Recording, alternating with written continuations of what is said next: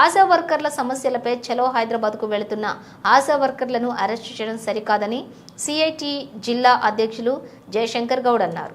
తమ వేతనాలు పెరుగుదల కోసం, ఉద్యోగ భద్రత కోసం ప్రభుత్వం ఇచ్చిన హామీలను అమలు చేయాలని ఉదయం బోధన్ రైలుకు వెళుతున్నటువంటి ఆశాలను అరెస్ట్ చేసి బోధన్ పోలీస్ స్టేషన్కు తరలించారని అన్నారు. గత ప్రభుత్వం వలె కాంగ్రెస్ ప్రభుత్వం ఉద్యమాలను అణచివేయడం ఏ విధంగా ప్రజా పరిపాలన అవుతుందని అన్నారు.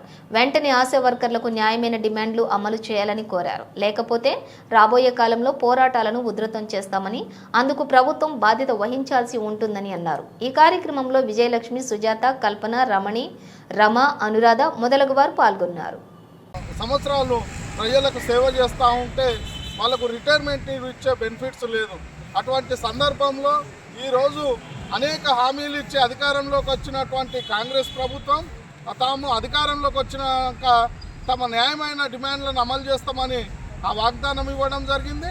కానీ ఇప్పటికే డిసెంబర్ 9తో కాంగ్రెస్ ప్రభుత్వం అధికారంలోకి వచ్చి సంవత్సరం గడిచింది.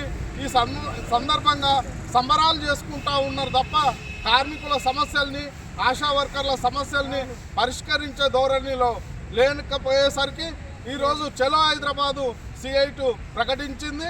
ఈ సందర్భంగా కాంగ్రెస్ ప్రభుత్వం అక్రమంగా అరెస్టులు చేసి ఈరోజు ఉద్యమాలని అణచివేసే ప్రయత్నం చేస్తూ ఉంది. ఇది సరి అయిన పద్ధతి కాదు. కార్మికులను పిలవండి, వాళ్ళ బాధల్ని కనుక్కోనండి, వాళ్ళ బాధల్ని పరిష్కరించే ధోరణిలో మీరు ఆలోచించకపోతే రేపు కూడా మీ అధికార పీఠం నుంచి వైదొలిగే వరకు ఆ కార్మికులు ఏకమైపోయి ఉద్యమాలు చేపడతారని, అరెస్టులకు ఎక్కడ భయపడే పరిస్థితి ఉండదని దీన్ని గమనించాలని రేవంత్ రెడ్డి సర్కార్కు సిఐటిగా విన్నవిస్తూ ఉన్నాం. ఇప్పటికైనా కార్మికుల సమస్యల గురించి ఆలోచించాలా. కొత్త ప్రాజెక్టులు కాదు నువ్వు పెట్టేది, వేల కోట్ల రూపాయలు మూసీ నది పేరుతో ఖర్చు చేయడం కాదు. ఇవాళ కార్మికులు కష్టపడి పనిచేసే వాళ్ళు కడుపు నిండక అలమటిస్తూ ఉన్నటువంటి పరిస్థితి ఉంది.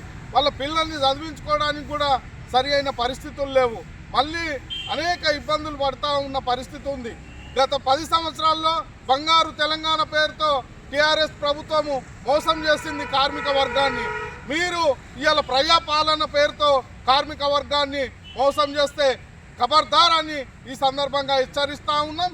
మీ ప్రభుత్వాల అంతు చూసే వరకు కార్మికులు ఏకమై ఖచ్చితంగా పోరాడతారు అని చెప్పేసి ఈ సందర్భంగా తెలియజేస్తూ ఉన్నాం.